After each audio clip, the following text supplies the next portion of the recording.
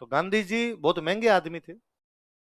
बजाज जी ने cheque book दे रखी थी अपनी कि जहां जितने पैसे चाहिए ले लो, कोई भी चिंता की बात है तो जहां पैसे देने होते गांधी जी चेक काट देते हाथों हाथ। 1 लाख रुपए लो साहब। चेक बुक किसकी? इसलिए हम कहते हैं जमनालाल बजाज गांधी जी के 5वें बेटे हैं। गांधी जी के, गांधी जी का 5वां पुत्र कौन? क्योंकि गांधी जी के खुद के 4 थे, वो 4 तो कमा के देते नहीं। कमा के कोई दे रहा था तो कौन दे रहे थे? आप सुनते हो भाई, गांधी जी हमेशा जनरल डिब्बे में यात्रा करते, रेल के जनरल डिब्बे में यात्रा करते। तो जनरल डिब्बे में जब गांधी जी यात्रा करते तो पूरा डिब्बा रिजर्वेशन करवाना पड़ता। यात्रियों के साथ गांधी जी बैठे, कोई गांधी जी कूट जाए तो भाई, किसी गांधी जी से नहीं बने और 2-4 दे जाए तो पूरा डिब्बा, मतलब उस डिब्बे में यदि 50 सवारियां बैठी तो 50 की 50 टिकटें बजाज जी कटवाते। फिर गांधी जी के आनिए बानिए चले चपाटे थली पकड़ जो भी हुआ करते थे वो उसके अंदर बैठा करते। इससे इससे ज्यादा तो गांधी जी यदि फर्स्ट क्लास एसी की टिकट लेते सस्ती पड़ती। इधर 50 टिकटें लेनी पड़ती, उधर कितनी लेनी पड़ती? पर गांधी कहते नहीं 50 लो, क्योंकि फर्स्ट क्लास में बैठ गए तो जनता क्या कहेगी कि लो गांधी जी तो रईस आदमी है फर्स्ट क्लास में बैठे। वरना कहेंगे देखो भाई मैं सामान्य आदमी हूं और मैं तो किस में बैठा हूं, एकदम जनरल डिब्बे में बैठ के यात्रा कर रहा हूं। सादगी महंगी होती है। सादगी ये दुनिया की सबसे बड़ी बकवास है। सादगी पूर्ण रहना चाहिए। और वो ऐसे लोगों को देख देख के, और गांधी जी वाली सादगी तो इतनी महंगी थी जिसकी कोई हद। बड़े महंगे आदमी थे यार गांधी जी। सादगी सादगी के चक्कर में खर्चा करवा देते थे जमनालाल बजाज का। तो वो तो मेरा मेरा कभी बताया हुआ होगा कि गांधी जी अहमदाबाद में कांग्रेस का एक अधिवेशन, कांग्रेस का अधिवेशन होता है हर साल अहमदाबाद में अधिवेशन। गांधी जी का आश्रम है अहमदाबाद में। गांधी जी ने रोक लगा रखी कि भाई चाय नहीं पिएगा कोई। बापू खुद पीते नहीं, लोगों को पीने नहीं देते। गांव में खोड़ले डोकरे होते हैं ना कहीं, है ना। और बेसिकली अपने तो घरों में गांव के अंदर मम्मियां, है ना, कि भाई बच्चों को सब कह के रखते चाय नहीं पियोगे। तो अपने टावर पड़े में जब थे तो अपने चाय नहीं। अब किसी के घर गए तो अगले मम्मी के लिए चाय लाए, मम्मी के लाए तो अपने को आके तू भी पिएगा। अब अपना जीव तो करे कि हाँ पीऊंगा। पर मम्मी पहले से कह गए, पहले से कह देती ना ना ये तो हमारे पिता ही नहीं है ना, घर पे नहीं पिता ये तो अपना जी करे, घर पे तू पिलाती नहीं मम्मी। मेरे तो घर पे भी जीव करता है, यहाँ भी जीव कर रहा है। और छोटे बच्चों को ज्यादा जीव करता है ना। वो तो वो विजय सर सुनाते रहते हैं। विजय सर ने कभी सुनाया होगा, आपको नहीं सुना, मैं सुना देता हूँ। विजय सर बताते रहे छोटे बच्चों को अपने मना करके रखते हैं ना कि किसी के घर पे जाओगे तो खाना नहीं खाओगे, है ना। वरना छोटे बच्चों को आदत होती है दूसरे घर पे जाते भूख ज्यादा लगती है। तो कोई एक बच्चा और वो यूं दूसरे घर पे जाते खाना खा लेता। तो उनके मम्मी ने समझाया कि किसी के भी घर पे जाएंगे तो अपने खाना खाना नहीं। ठीक। थोड़े दिन बाद मम्मी के साथ किसी घर पे गया। अगलों ने भी कहा, बच्चे को देखते सामान्यता पूछते हैं कि खाना खाएगा, तो उसने कहा। तो अगले लेके खाना रखा। अब बच्चा साथ में खाना खा रहा है। फिर मम्मी कह रहा है अब घर पे जाके आप कुटोगे ना।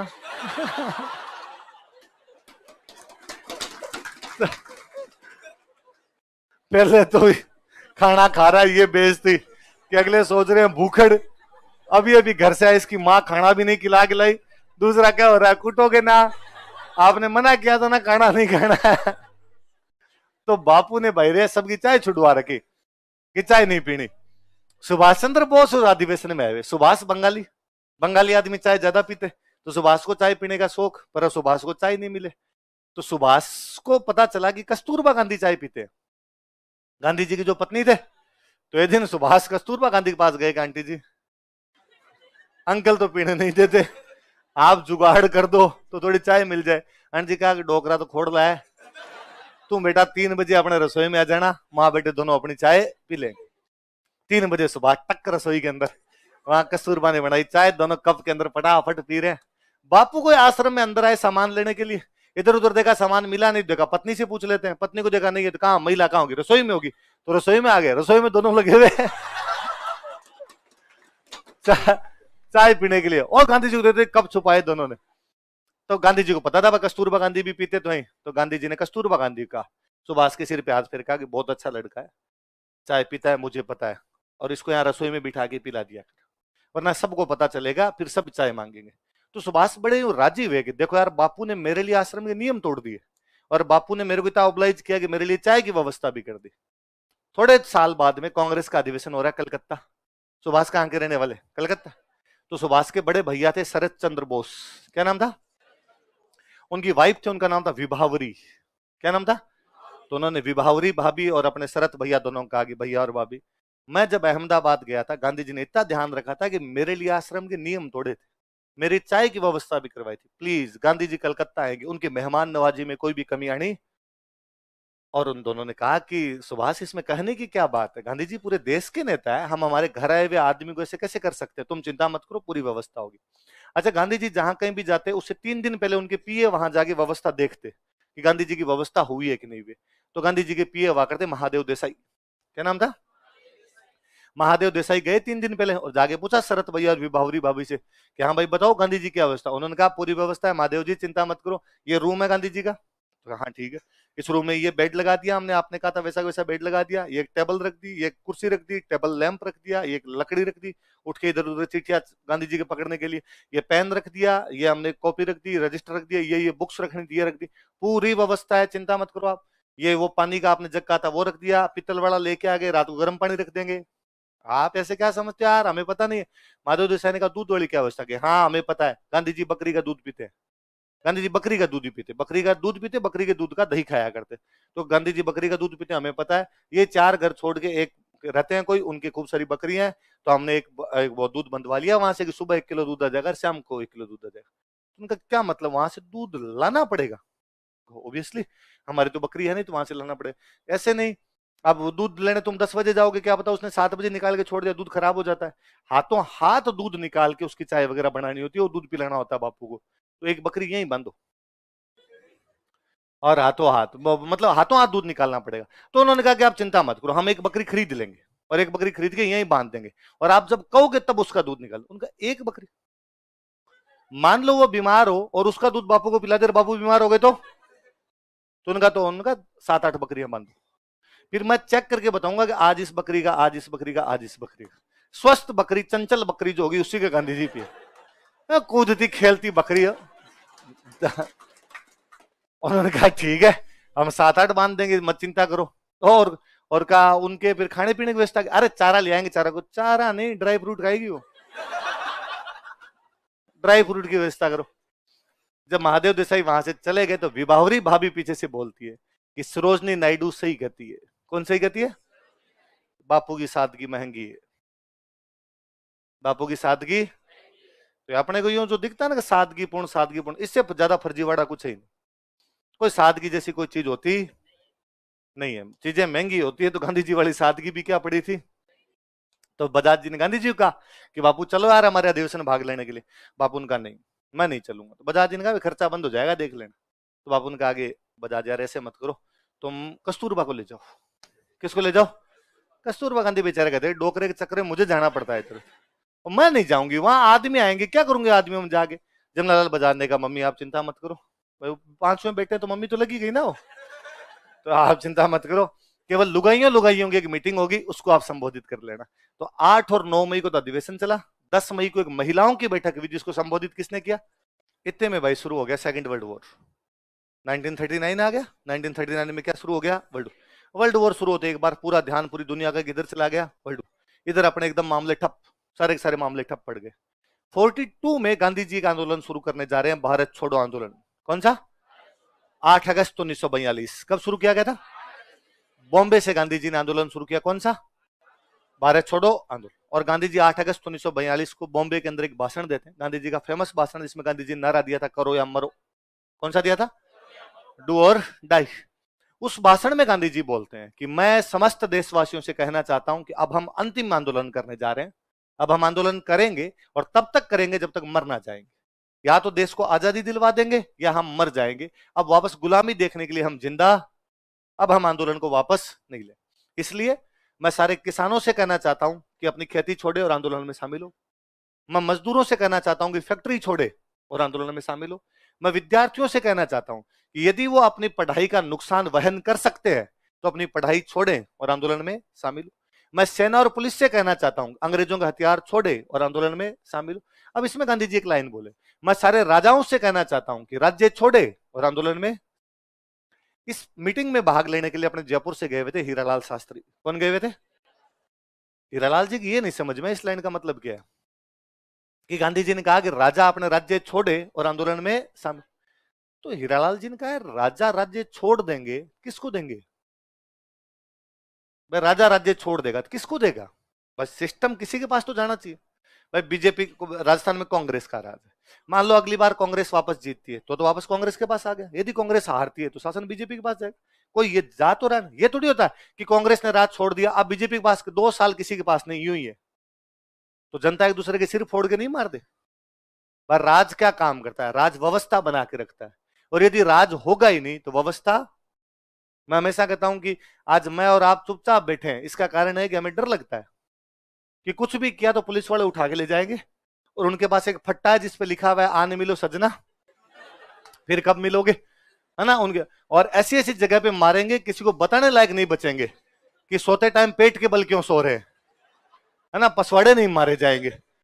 इसलिए अपने को डर लगता है, इसलिए चुपचाप बैठे। अपने को यह पता चल जाए ना कि पुलिस नाम की कोई भी चीज नहीं है, और अपने किसी का कुछ भी कर दे लेकिन पुलिस अपने को पकड़ेगी नहीं। मैं कहता हूं भाई साहब, हर आदमी के दिमाग में 2-4 आदमी है जिनको सलटाना है ना। मेरे तो खुद के दिमाग में 4-5 है जिनको सलटाने है, पर पार नहीं पड़ रही, क्योंकि मुझे डर लगता है कि यार सलटा दिया किसी एक आधे कोई तो पुलिस अपने को पकड़ के ले जाएगी, तो मरो चुप रहो। आपने तो रात को सोते हैं तब करके सोचते हैं 500 सुबह मर जाए तो ठीक रहे, पर अपना चलती नहीं, सुबह 500 वापस जीवते ही मिलते हैं, तो अगले दिन और कर लो ये, और तो क्या किया जाए। तो राज बना रहना जरूरी है, बिना राज के अव्यवस्था उत्पन्न हो जाती है। तो ये राजा राज्य छोड़ देंगे तो किसको देंगे? और सबसे बड़ी बात, राजा राज्य क्यों छोड़ेगा? छोड़ेगा ही क्यों?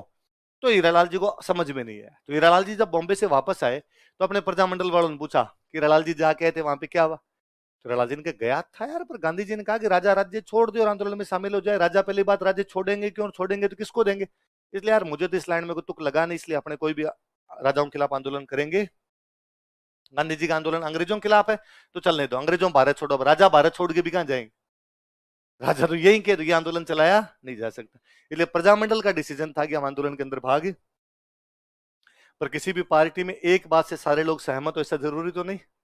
कुछ आप जैसे यंग ब्रीड थी और वो खड़े और उन्होंने कहा हीरालाल जी बूढ़े हो गए अब, और आपकी बस की बात नहीं है, क्यों नहीं लेंगे भाग? लेंगे।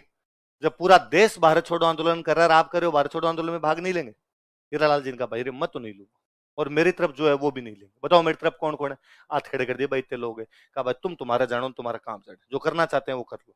तो उन्होंने कहा आज के बाद हमारा भी प्रजामंडल से कोई लेना देना, तलाक तलाक तलाक, तुम तुम्हारे राम है, हम तुमसे आजाद हैं। इसलिए पार्टी बनाई आजाद मोर्चा। क्या बनाई? अब प्रजामंडल के 2 टुकड़े, एक प्रजामंडल हीरालाल जी वाला रह गया, और जो अलग हो गए वो क्या बना गए? आजाद मोर्चा। प्रजामंडल कह रहा है कि भारत छोड़ो आंदोलन में भाग नहीं लेना, आजाद मोर्चा कहना है भाग। आजाद मोर्चा भाग लेने लग गया। अब आजाद मोर्चा जब आंदोलन में भाग ले रहा था तो प्रजामंडल वालों की बेइज्जती होने लगी। फिर लोग कहते कि अच्छा प्रजामंडल वाले राजा के साथ, ये राजा से मिले में। आजाद मोर्चे वाले और जाकर कहते देख लो साहब, ये सारे सारे मिले में राजा से, झूठे मक्कार है, झूठी बात करते हैं, प्रजामंडल चलाते, आंदोलन कर तो नहीं रहे। यदि राजा के खिलाफ हो तो करो आंदोलन। तो प्रजामंडल वालों ने हीरालाल जी कहा, हीरालाल जी दूध दानी हो रही, घर वाले ही पूछ रहे हैं कि भाई साहब ये रिश्ता क्या कहलाता है, राजा के खिलाफ आंदोलन कैसे नहीं कर रहे? तो अब हीरालाल जी ने फाइनली कहा कि अपने भी अब राजा के खिलाफ आंदोलन करें, भारत छोड़ो आंदोलन में अपने भी भाग लें। उन दिनों जयपुर में प्रधानमंत्री हुआ करते मिर्जा इस्माइल, क्या नाम था, जिनके नाम पर एमआई रोड है। एमआई रोड का पूरा नाम मिर्जा इस्माइल रोड है। ये अपने जयपुर के प्रधानमंत्री थे। अच्छा, प्रधानमंत्री जी को पता चला कि अपने खिलाफ क्या होने जा रहा है आंदोलन। हीरालाल शास्त्री थे प्रजामंडल के अध्यक्ष। प्रजामंडल के अध्यक्ष कौन है? और जयपुर के प्रधानमंत्री कौन है? मिर्जा इस्माइल। तो मिर्जा इस्माइल साहब ने हीरालाल शास्त्री को बुलाया। हीरालाल शास्त्री को बुलाकर, हीरालाल जी मैं क्या सुन रहा हूं, आप कोई आंदोलन शुरू करने जा रहे हो? कहा हाँ, हम भारत छोड़ो आंदोलन में भाग लेंगे। क्यों भाई, क्यों भाग लोगे? भारत छोड़ो आंदोलन तो अंग्रेजों के खिलाफ है, अंग्रेजों भारत छोड़ो नारा है, तुम हमारे खिलाफ आंदोलन क्यों चल रहे हो? हीरालाल जी ने कहा साहब आप राजा महाराजा सारे अंग्रेजों का सपोर्ट करते हो?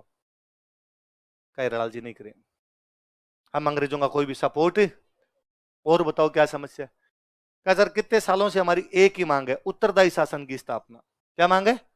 ऐसा रूल बनाया जाए जो जनता के प्रति क्या हो, रेस्पॉन्सिबल हो, उत्तरदायी हो। आपने बनाया? हमारा एक भी मंत्री बनाया आपने? हम करें जनता के अंदर से मंत्री बनाओ।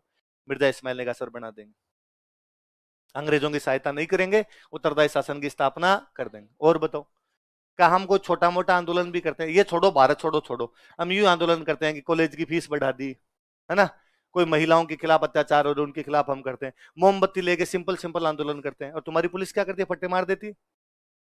मिर्जा इस्माइल ने कहा आज के बाद शांतिपूर्ण तरीके से कोई धरना, जुलूस, प्रदर्शन, आंदोलन कुछ ही कर लेना, आपको मना। और कोई समस्या तो बताओ। हीरालाल जी ने कहा कि वो जो बंगाल बिहार उधर साइड है जो अंग्रेजों के खिलाफ है, वहां हमारे कई दोस्त रहते हैं, वो किसी अंग्रेज को कूट के जयपुर आ जाते हैं। उनको क्या लगता है कि जयपुर भारत में आता नहीं, यदि भारत में अंग्रेजों को कूट के जयपुर चले जाएंगे तो अंग्रेज वहां पर पकड़ नहीं पाएंगे, तो वो हमारे घर पे रुक जाते हैं। आप क्या करते हो? अंग्रेज आपके दोस्त है, इसलिए हमारे उस दोस्त को पकड़ के अंग्रेजों को देते हो और हमें और पकड़ लेते हो। मिर्जा इस्माइल ने कहा आगे मत बताना, चुपचाप घर पे रख लेना, नहीं तो उसको पकड़ेंगे ना। और बताओ मेरे लायक कोई सेवा हो तो। लाजिन का और था, दया है आपकी साथ, सब ठीक ही चल रहा है हमारे तो क्या यार वो आंदोलन आंदोलन मत करो। हाँ सर, पोस्टर छपवा लिए? नहीं साहब, आज प्रिंट करवाने वाले थे, नहीं छपवाने। भारत छोड़ो आंदोलन के अंदर भागे तो समझौता हो रहा है दो लोगों के बीच में। कौन कौन दो लोग है? मिर्जा इस्माइल कौन है? जयपुर के प्रधानमंत्री। हीरालाल जी कौन है? प्रजामंडल के अध्यक्ष। कौन है प्रजामंडल के?